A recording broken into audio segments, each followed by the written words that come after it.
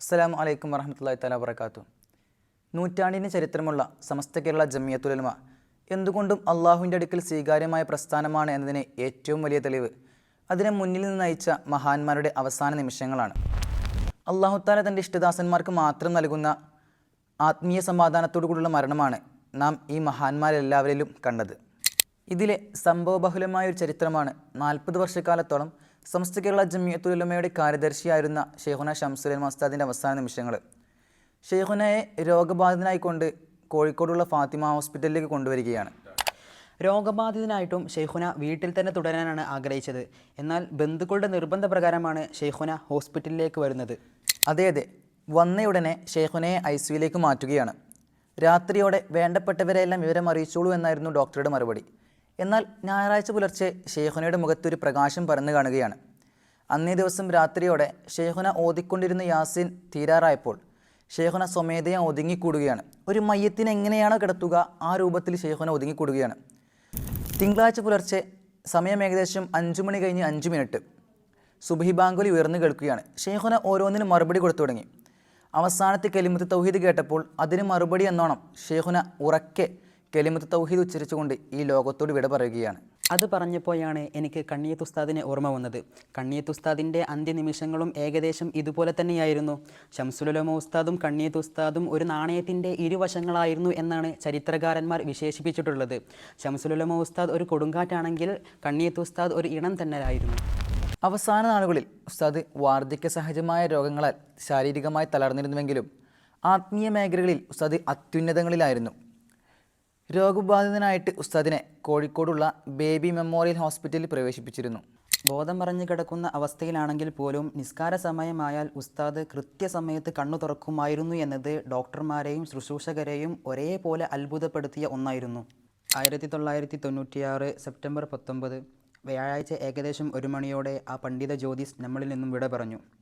മരണത്തോടടുത്ത സമയത്ത് ആ റൂമിൽ ഒരു സുഗന്ധം പരക്കുന്നതും ശാന്തമായ സമുദ്രം പോലെ ഉസ്താദ് അവിടെ കിടക്കുന്നതും അന്നവിടെ ഉണ്ടായിരുന്നവർ അത്ഭുതത്തോടെ പറയുന്ന ഒന്നായിരുന്നു. അറിവിനോടൊപ്പം ആത്മീയതയും ചേർത്ത് വെച്ച മറ്റൊരു കർമ്മയോഗിയുണ്ട്. കർമ്മശാസ്ത്ര ലോകത്തെ കരുത്തനായ പണ്ഡിതൻ ഉസ്താദ് പൊന്മള ഫരീദ് മുസ്ലിയാർ. സമസ്തയുടെ ഉജ്ജ്വലനായ പണ്ഡിതനും ഫത്വ രംഗത്തെ കരുത്തുറ്റ സാന്നിധ്യവുമായിരുന്നു മഹാനവറുകൾ. പണ്ഡിതന്മാരുടെ വഫാത്ത് ആകാശഭൂമികളെ കരയിപ്പിക്കും എന്ന് പറയുന്നത് പോലെ ഷെയ്ഖുനയുടെ വഫാത്ത് സമസ്ത കേരള ജംഇയ്യത്തുൽ ഉലമയുടെ ഫത്വ കമ്മിറ്റിക്ക് വലിയൊരു വിടവാണ് നൽകിയത്. തൻ്റെ ചെറുമകൻ്റെ കല്യാണം ദ്രുതഗതിയിൽ നടത്തിയതും തൻ്റെ ദർസിലെ വിദ്യാർത്ഥികളുടെ ഇത്തിഹാർ ഫണ്ടിൻ്റെ രേഖകളെല്ലാം ശരിയാക്കി വെച്ചതും താൻ ചെയ്തിരുന്ന അധിക ജോലികളും തൻ്റെ മകനെ ഏൽപ്പിച്ചതും ഷെയ്ഖുന മരണം നേരത്തെ അറിഞ്ഞിരുന്നു എന്നതിന് ഒരു തെളിവാണ്. ഷെയ്ഖുന വഫാത്താകുന്ന ദിവസം പതിവ് പോലെ 3:30 മണിക്ക് എഴുന്നേറ്റ് തഹജ്ജുദ് നിസ്കരിച്ച് സുബഹി ബാങ്ക് കൊടുത്തയുടനെ സുബഹിയും നിസ്കരിച്ച് മറ്റു ദിനചര്യകളെല്ലാം കഴിഞ്ഞ് കുളിച്ച് പത്രം വായിക്കുന്നൊരു ശീലം ഷെയ്ഖുനക്കുണ്ടായിരുന്നു. എന്നാൽ പതിവില്ലാതെ അന്നേ ദിവസം പത്രവായനക്ക് പകരം തൻ്റെ ദർസ് വിദ്യാർത്ഥികളുടെ ഫണ്ടും അതുപോലെ തന്നെ സിയാറത്ത് കാശും വേർതിരിച്ച് തൻ്റെ പത്നിയെ ഏൽപ്പിച്ചു. ഇത് എൻ്റെ പണമല്ല, മറിച്ച് ദർസ് വിദ്യാർത്ഥികളുടെ പണമാണ് എന്ന് ഓർമ്മപ്പെടുത്താൻ ഷെയ്ഖുന മറന്നിട്ടില്ല.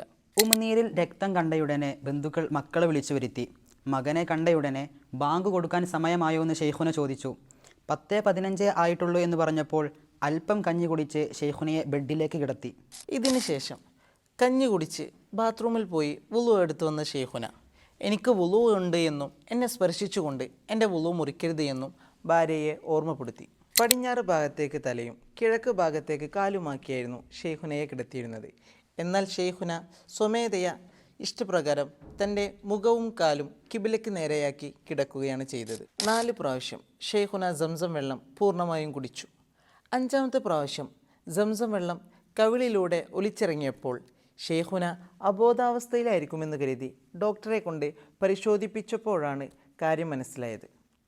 ആ പണ്ഡിത സൂര്യൻ ഈ ലോകത്തോട് വിട പറഞ്ഞിട്ട് 10 മിനിറ്റ് കഴിഞ്ഞു എന്നുള്ളത്. ഷെയ്ഖുനാൻ്റെ മയ്യത്ത് കുളിപ്പിക്കുമ്പോൾ സാധാരണ മയ്യത്തിൻ്റെ പോലെ അഷണ്ടകളോ മറ്റോ ഒന്നും തന്നെ ഉണ്ടായിരുന്നില്ല എന്നതാണ് എല്ലാവരെയും അതിശയിപ്പിച്ചൊരു കാര്യം. പണ്ഡിതന്മാരുടെ ലോകത്ത് നിന്നും ആത്മീയ നേതൃത്വത്തിലേക്ക് നാം നോക്കുകയാണെങ്കിൽ പൊന്മള ഉസ്താദിനെ പോലെയുള്ളവർക്ക് എന്നും താങ്ങും തണലുമായി നിന്ന പാണക്കാട്ടെ സാഹത്തുകളിലെ ഏറ്റവും ശ്രദ്ധേയനായ ഒരു സെയ്തുണ്ട്, പാണക്കാട്ടെ ഉമർ അലി ശിഹാബ് തങ്ങൾ. ജനങ്ങളുടെ ഹൃദയമിടിപ്പറിഞ്ഞ നേതാവ് എന്നായിരുന്നു തങ്ങൾ അവറുകളെ വിശേഷിപ്പിച്ചിരുന്നത്. രോഗശയ്യയിൽ കിടക്കുമ്പോഴെല്ലാം തന്നെ കാണാൻ വരുന്നവരോട് സ്നേഹത്തോടെയും പുഞ്ചിരിയോടെയുമായിരുന്നു അദ്ദേഹം സംസാരിച്ചിരുന്നത്. മരിക്കുന്നതിന് തൊട്ടു മുമ്പുള്ള നിമിഷങ്ങളിൽ പോലും തൻ്റെ കയ്യിലുള്ള തസ്ബീഹ് മാല മാറ്റിയിരുന്നില്ല എന്നത് അവരൊക്കെ എത്രത്തോളം റബ്ബിനോട് നന്ദി കാണിച്ചിരുന്നു എന്നതിന് തെളിവാണ്. സയ്യിദ് അവറുകളുടെ വഫാത്തിനെ കുറിച്ച് പിണങ്ങോട് അബൂബക്കർ ഉസ്താദ് പറഞ്ഞത് ഇങ്ങനെയാണ്. ദിവസം 2008 ജൂലൈ മാസം 3-ാം തീയതി വിശ്വ ഹിന്ദു പരിഷത്തുകാർ അഖിലേന്ത്യാ ഹർത്താൽ പ്രഖ്യാപിച്ച ദിവസം. 2 ദിവസം മുമ്പ് തങ്ങളവറുകൾ വിളിച്ച് വ്യാഴാഴ്ചയോ വെള്ളിയാഴ്ചയോ പാണക്കാട്ട് കയറണമെന്ന് പറഞ്ഞിരുന്നു. എന്നാൽ വ്യാഴാഴ്ച ഹർത്താൽ അതിനാൽ വെള്ളിയാഴ്ച വരാമെന്ന് പറഞ്ഞു. എന്നാൽ വ്യാഴാഴ്ച രാത്രിയോടെ കേട്ടത് തങ്ങളവറുകളുടെ വഫാത്തിനെ കുറിച്ചാണ്. ഇതിൽ നിന്ന് നമുക്ക് മനസ്സിലാക്കാവുന്നതാണ് തങ്ങളുപ്പാപ്പ നേരത്തെ തന്നെ മരണത്തെ മുന്നിൽ കണ്ടിരുന്നു എന്ന്.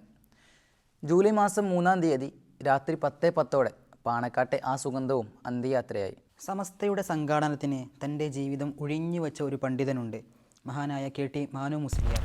ഷംസുൽ ഉലമയെ പോലെ തന്നെ ഒരു തീപ്പൊരി പ്രഭാഷകനായിരുന്നു KT ഉസ്താദും. സമസ്തയ്ക്കെതിരെ വിമതർ 18 അടവ് പയറ്റിയപ്പോഴും അതിനെയെല്ലാം കാറ്റിൽ പറത്തുന്ന തരത്തിലായിരുന്നു ഉസ്താദിൻ്റെ ഓരോ പ്രഭാഷണങ്ങളും. സമസ്ത കേരള ജംഇയ്യത്തുൽ ഉലമയുടെ 75-ാം വാർഷിക, അതായത് പ്ലാറ്റിനം ജൂബിലി സമ്മേളന നഗരിയിൽ വെച്ചാണ് ഉസ്താദ് ഈ ലോകത്തോട് വിട പറയുന്നത്.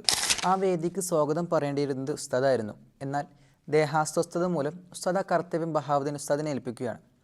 ചെറുശ്ശേരി ഉസ്താദിൻ്റെ പ്രസംഗം നടന്നുകൊണ്ടിരിക്കെ ഉസ്താദിന് ദേഹാസ്വസ്ഥത വർദ്ധിച്ചു. അക്കാരണത്താൽ ഉസ്താദ് വേദിയിൽ നിന്ന് ഇറങ്ങിയ ഉടനെ തന്നെ എനിക്കൊന്ന് കിടക്കണമെന്ന് ഉസ്താദ് പറഞ്ഞു. ഉടനെ തന്നെ പ്രവർത്തകരെല്ലാം ചേർന്ന് ഉസ്താദിനെ ആംബുലൻസിൽ കിടത്തി. എന്നാൽ അവസ്ഥ മോശമാവുകയാണെന്ന് കണ്ടപ്പോൾ ഉസ്താദിനെയും വഹിച്ചുകൊണ്ട് ആംബുലൻസ് ഹോസ്പിറ്റലിലേക്ക് വിട്ടു. ഹോസ്പിറ്റലിലേക്ക് എത്തുന്നത് വരെ ഉസ്താദ് കെലിമത്ത് തൗഹീദ് ഉറക്കെ ചൊല്ലുകയും വെള്ളം കുടിക്കുകയും ചെയ്തിരുന്നു. ഇതിനിടയിൽ ഉസ്താദ് തൻ്റെ വെപ്പുപല്ല് ഊരി തൻ്റെ മരുമകനെ ഏൽപ്പിച്ചിരുന്നു.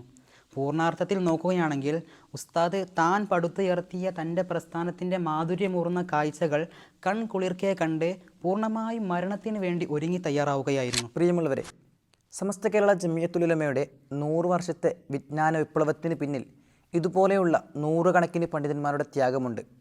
ഷെയ്ഖുന ഷംസുൽ ഉലമയെയും കണ്ണിയത്ത് ഉസ്താദിനെയും പൊന്മള ഫരീദ് ഉസ്താദിനെയും KT ഉസ്താദിനെയും ഉമർലി ശിഹാബ് തങ്ങളെയും പോലെയുള്ള പണ്ഡിതന്മാർ നമുക്ക് കാണിച്ചു തന്നത് കേവലം ഒരു സംഘടനയെയല്ല, മറിച്ച് അള്ളാഹുലേക്കും റസൂലിലേക്കും അടുക്കാനുള്ള ഒരു പാത കൂടിയാണ്. 100-ാം വാർഷികത്തിലേക്ക് നാം ചുവട് വെക്കുമ്പോൾ ആ മഹാന്മാരുടെ കബറിടങ്ങൾ അള്ളാഹു താല പ്രകാശപൂരിതമാക്കട്ടെ എന്ന് നമുക്ക് പ്രാർത്ഥിക്കാം. ആ മഹാന്മാരുടെ പാതകൾ പിന്തുടരാനും ആ ആദർശത്തിൽ ഉറച്ചു നിൽക്കാനും നമുക്ക് സാധിക്കട്ടെ. ആമീൻ.